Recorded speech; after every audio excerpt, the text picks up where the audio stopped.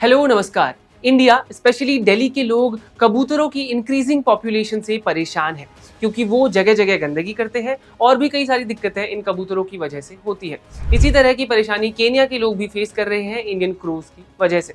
इसके चलते Kenya India से माइग्रेट हुए लगभग 1 मिलियन क्रूज को एग्जीक्यूट करने वाला है, यानी मारने वाला है, क्योंकि Kenya is suffering from million bird problem. तो क्या होता है ये मिलियन बर्ड प्रॉब्लम और क्यों केन्या इन क्रोज को एग्जीक्यूट करने वाला है, आइए जानते हैं इस वीडियो में। सबसे पहले परेशानी क्या है वो समझने की कोशिश करते हैं, उससे हम ये समझ पाएंगे कि आखिर केनियन गवर्नमेंट ने ये कदम क्यों उठाया। केन्या वाइल्ड लाइफ सर्विसेज का कहना है कि Indian crows invasive alien birds यानी फॉरेन बर्ड्स हैं जो डेकेड से टूरिस्ट और फार्मर्स के लिए परेशानी का सबब बने हुए हैं और लोकल बर्ड्स की पॉपुलेशन को भी ये हार्म पहुंचा रहे हैं। ये बर्ड्स टूरिस्ट का खाना चुराते हैं, लोकल बर्ड्स की स्पीशीज को उनके घरों से बाहर ढकेल देते हैं और फसलों पर भी हमला करते हैं। इसके अलावा जगह जगह जाकर गंदगी करना। तो ये कौवे ना सिर्फ लोगों को परेशान कर रहे हैं बल्कि केन्या का वाइल्ड इकोसिस्टम भी बिगाड़ रहे हैं, जिसके चलते केनियन गवर्नमेंट ने ये फैसला लिया है। एनवायरमेंटलिस्ट कहते हैं कि जब बर्ड्स की फॉरेन स्पीशीज आकर एक पर्टिकुलर ज्योग्राफी के इकोसिस्टम को डिस्टर्ब करने की कोशिश करती है, ऐसे कि जिससे वहां की लोकल स्पीशीज की आबादी कम होने लगे, तो इससे एनवायरमेंट बिगड़ने लगता है, इससे इंसेक्ट्स बढ़ने लगते हैं। तो ये शॉर्ट टर्म परेशानी नहीं है, ये आगे चलकर एक बहुत बड़ी प्रॉब्लम बन जाती है। और इस केस में कौवों का इम्पैक्ट सिर्फ उन स्पीशीज तक सीमित नहीं रहता जिन्हें वो सीधे निशाना बनाते हैं, बल्कि पूरे इकोसिस्टम को ये अफेक्ट करता है। केन्या पिछले कई सालों से ट्राई कर रहा है कि इस प्रॉब्लम का कोई ना कोई सोल्यूशन निकाला जाए और माइग्रेंट क्रोज की पॉपुलेशन को कम किया जाए, पर ऐसा कोई सोल्यूशन मिला नहीं। तो केनियन गवर्नमेंट ने अब उनके खिलाफ एक तरह का वॉर अनाउंस कर दिया है और इसके अंडर साल के एंड तक केन्या 10 लाख कौवों को एग्जीक्यूट कर देगा।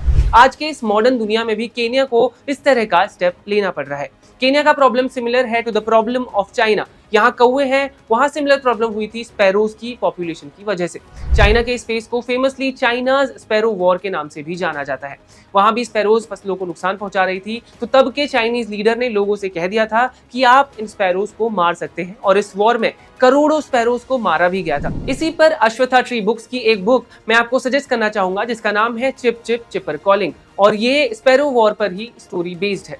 केन्या के इस स्टेप के रिगार्डिंग हमने इस बुक के राइटर संकल्प से बात करने की कोशिश की। आइए जानते हैं what he has to say about this step. Hello Sankalp, first I would want you to give the overview of your book. Last year, I had gotten a project for my summer vacation to count all the birds I saw.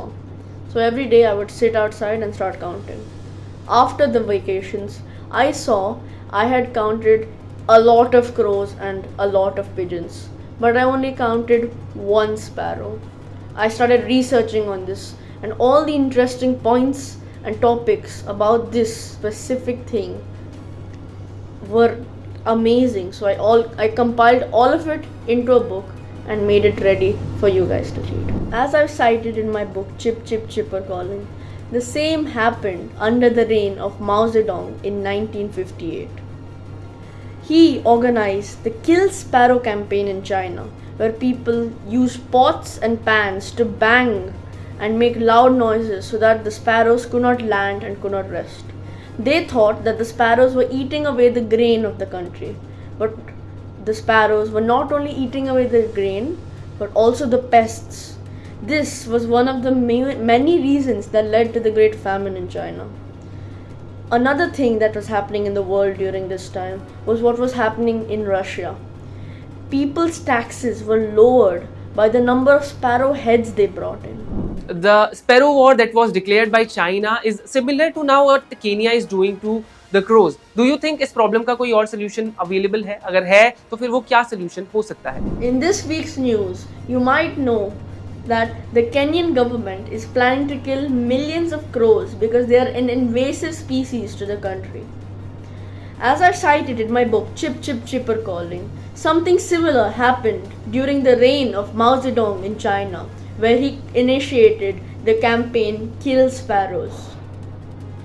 I personally don't think that they should kill the crows. I personally think that they should trap them and set them free elsewhere in the world.